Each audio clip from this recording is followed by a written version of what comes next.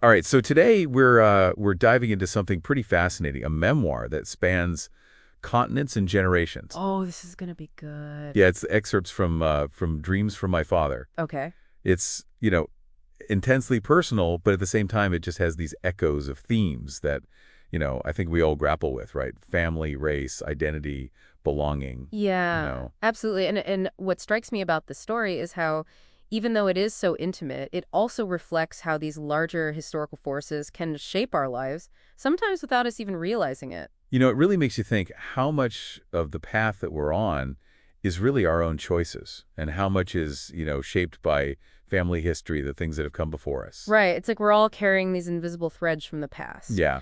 So the author, he starts his story in Hawaii, raised by his white mother and grandparents after his Kenyan father leaves when he's only 2 years old. And this is where we meet Gramps, right? This larger-than-life figure loves to tell stories. Oh, yeah? He moves his family from the Midwest all the way to Hawaii, looking for a clean slate, a fresh start. And his relationship with race is really complex. It really comes through in the stories he tells. It makes you wonder if that search for reinvention, if that's something that got passed down, because the author definitely goes on his own journey to kind of figure himself out. But before we get there, we got to talk about his time in Indonesia. Imagine this.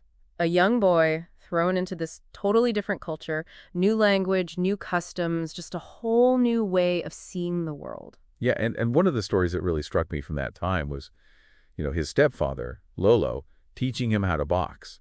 It's not just about learning how to fight. It's like Lolo's trying to instill this toughness in him, right? This way of facing the world head on, not showing any emotion. Right, almost like armor, preparing him for a world that might not always be welcoming, and you see how that clashes with his mom's worldview, right? Right. She has a very different idea of what it means to be safe, what risks are okay to take, especially for a mixed race child. And there's that scene, I think you mentioned it earlier, where he comes home after a fight, with a muddy sock wrapped around his arm, like a makeshift bandage.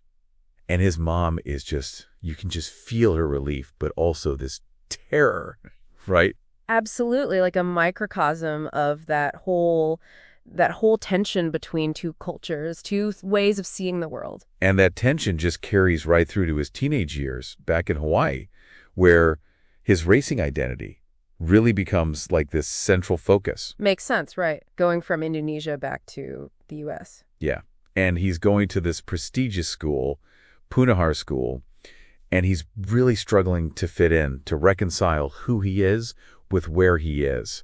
And it's like he's hitting those universal questions of belonging head on. Totally. He becomes so aware of his race and how it sets him apart, even in a place like Hawaii, which you think of as this melting pot. Yeah. And then there's that story of Coretta, the girl he pushes away.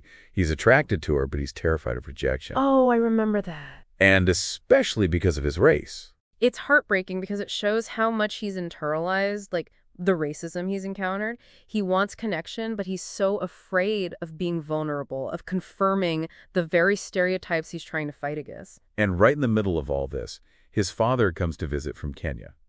It's this brief but really intense encounter full of mixed emotions. It's almost like a ghost from the past just reappearing. Exactly. And that visit kind of shatters the image he'd built up in his head, the image he had of his father, based on stories and longing. Yeah, he's forced to confront the reality of who his father is, the flaws and all. And then college hits, and we see this political awakening. He goes from apathy to activism, starts speaking out against injustice. Like a switch flips, right? He's exposed to new ideas, new ways of thinking. He starts questioning the status quo, those systems that just keep perpetuating inequality. Yeah, and it's at this point where we meet Ray and Moloch, these two friends who both challenge and support his evolving views. Ray kind of represents this pragmatic, almost cynical approach to racial politics. He thinks you got to play the game, work within the system. Yeah, play by the rules, even if they're rigged. Right. But then you've got Moloch, who's this black nationalist, sees white society as inherently oppressive. And the author is caught between these two really different perspectives, trying to forge his own path. It's like he's being pulled in two different directions, right? Totally. And after college, he makes this surprising choice. He decides to become a community organizer in Chicago. I mean, you'd think after all this, he'd choose something more traditional, more financially secure, but no. He wants to work with churches, residents in these neighborhoods that are often neglected. Yeah. He wants to make a real difference to empower people who've been marginalized. It's a pivotal moment, right? It shows where his heart really lies. Yeah, and it's in Chicago that he meets Marty. Oh, Marty. this seasoned organizer who becomes his mentor. And Marty's fascinating because he's incredibly practical, teaches him the nuts and bolts of organizing, but he also really emphasizes self-interest as like the main driver behind why people get involved in their community. Which rubs the author the wrong way, right? Yeah, Because he wants to believe that people are motivated by more than just their own self-interest. exactly. He's idealistic, right? Mm. He wants to believe in genuine change, not just these power plays. And you can see how those beliefs get challenged when he starts working in Althgeld Gardens. Right. This housing project battling poverty, neglect, just layers and layers of systemic issues. And he's seeing the challenges these residents face firsthand, the complexities of trying to navigate these competing interests and how to challenge these power structures. It's messy work. It's not glamorous, that's for sure. No, but there are victories, like that campaign for a new Met intake center in Roseland. Right, those small wins that keep you going. But even those wins are followed by new challenges. You want to see immediate results, but he's learning that real change takes time. It's a marathon, not a sprint. Exactly. And right in the middle of all of this work, he decides to go to Kenya. Yeah? Like he's been on this internal journey and now needs to ground it in something real, something tangible. He needs to connect with his father's family, his roots. And with the help of Amma, his half-sister, he meets all these relatives. Right. Granny, his paternal grandmother, Zaytuni, his aunt, his half-brothers, Roy, Bernard, and Mark.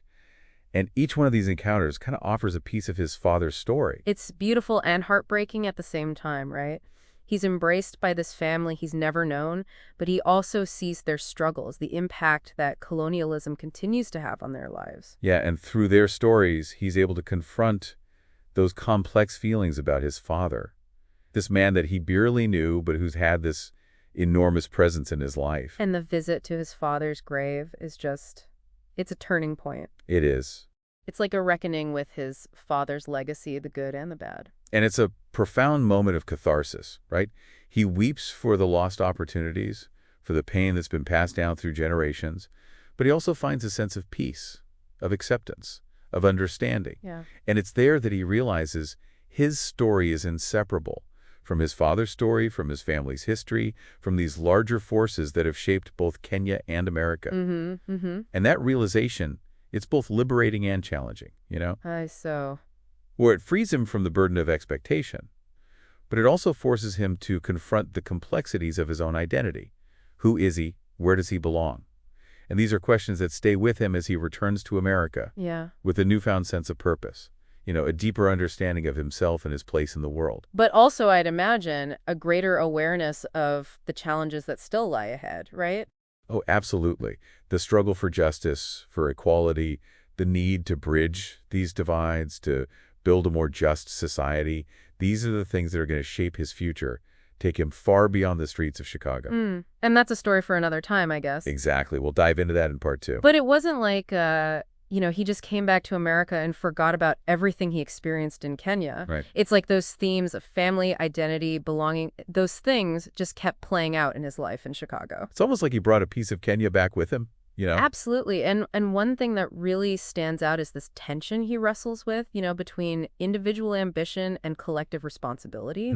He has this drive to succeed, to make something of himself, but at the same time, he feels so connected to the people he's working with, to the struggles they're facing. Right. Like, how do you balance those two things? Your own aspirations with the needs of your community, Exactly. And that dilemma comes to life in the story of Johnny, a young man the author meets while working in Roseland. Ah, Johnny. This kid is smart, capable, but just trapped in this cycle of poverty and violence. Yeah, he just embodies both the potential and the fragility of hope in these communities.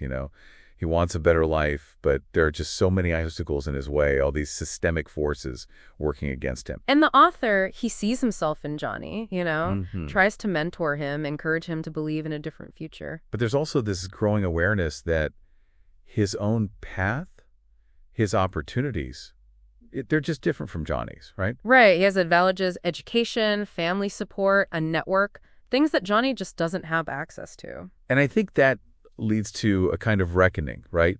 Like, what does success really mean? What does it mean to be part of a community? What does it mean to be Black in America? Those are some big questions, man. They are. And they're not just questions for the author, right? I think we all grapple with them regardless of our background. Yeah, for sure. How do we define success? Is it about individual achievement, or is it something more? Mm-hmm. Is it about lifting others up as we climb, or is it about forging our own path, even if it means leaving some people behind?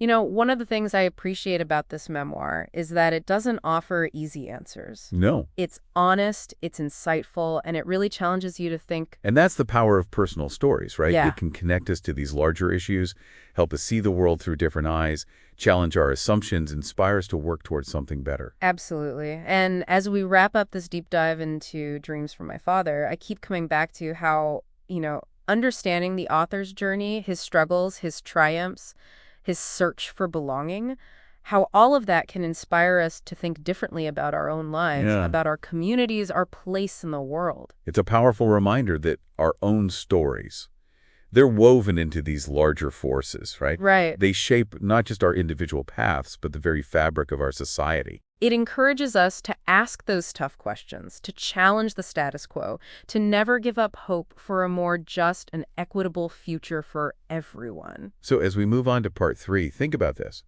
How does the author's journey resonate with your own? How does his search for identity and belonging inspire you to act, to make a difference in your own community? It's interesting, though, because his trip to Kenya wasn't just about family, No, it was about confronting that legacy of colonialism, that really complicated relationship between Africa and the West. And you really see that in his encounters with tourists in Nairobi, Yeah. They're fascinated by the wildlife, the culture, but there's also this detachment, like they're observing from a distance. Right, almost like it's a show put on just for them. And Amma, his half-sister, she's really critical of that kind of tourism, Rightfully so. She sees it as exploitative. Mm-hmm. It's another form of Western dominance. And it forces the author to really think about his own role. He's an outsider, an American, returning to this land where his ancestors came from. It's like he's caught between two worlds, Exactly. trying to reconcile his American identity with his Kenyan heritage. And that tension just gets amplified when he visits his father's ancestral village, Alego. Ah, Lego. It's this rural community, far removed from the hustle and bustle of Nairobi. And it's there that he really starts to piece together his family's story. It is, and he meets Granny, his paternal grandmother. Granny? She's just this incredible woman. Oh, she sounds amazing. She embodies the resilience of Kenya's history, but also the pain. Yeah. She tells him about the arrival of the British, the struggle for independence, how traditional family structures were just torn apart. Her story is just so powerful because it's not just personal. It's a window into those larger forces that shaped Kenya in the 20th century. Exactly. And she also reveals some surprising things about the author's grandfather, Onyango. Oh. He was a cook for the British. Wow. Then he became a successful farmer, but he was also a very complex figure, capable of both great generosity and cruelty. A product of his time, you might say. You could say that. Yeah. And there's that one story, I don't know if you remember this, but it's about how the author's father was separated from his own mother when he was just a boy. Oh, yeah, it's heartbreaking. It is, but it also shows how colonialism, these forces of modernity, just ripped families and communities apart. It's a reminder of the human cost of these historical events, It is, and when you hear that story, you start to understand the author's father in a new light. His rebellious nature, his intelligence, those struggles to find his place in a world that was changing so rapidly. It's clear he was brilliant, ambitious, but also deeply flawed.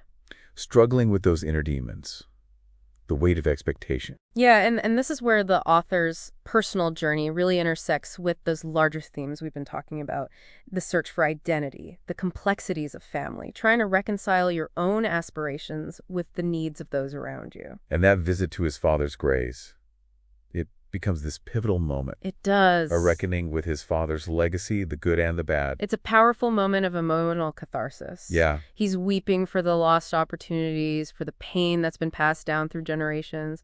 But he also finds a sense of peace, acceptance, understanding. He realizes his story is inseparable from his father's, from his family's history, from those forces that shaped both Kenya and America. And that realization, it's both liberating and challenging. How so? Well, it frees him from the burden of expectation, Okay. but it also forces him to confront the complexities of his own identity, Who he is, where he belongs. Exactly. Big questions. And he returns to America with this newfound sense of purpose, a deeper understanding of himself and his place in the world. But also, I imagine a greater awareness of the challenges that still lie ahead, right? Absolutely. The ongoing struggle for justice and equality, the need to bridge divides and build a more just society. And his time in Chicago, it wasn't just about community organizing. Yeah. It was about learning, observing, understanding those complexities of power, race, and class in America. He encountered such a wide range of people: activists, politicians, pastors, residents of struggling neighborhoods. All with their own perspectives, hopes, and frustrations. And he learned that change is often incremental. Progress can be painfully slow. Yeah. There are no easy answers to complex social problems. But he also learned the importance of listening, Right. building relationships, finding common ground, never giving up hope. Those experiences in Chicago, they were invaluable. They were, They shaped his worldview and prepared him for the challenges that lay ahead. and they laid the foundation for a journey that would ultimately make history. And on that note, we come to the end of our deep dive into Dreams from My Father. It's been a fascinating exploration of family, identity, and the search for belonging.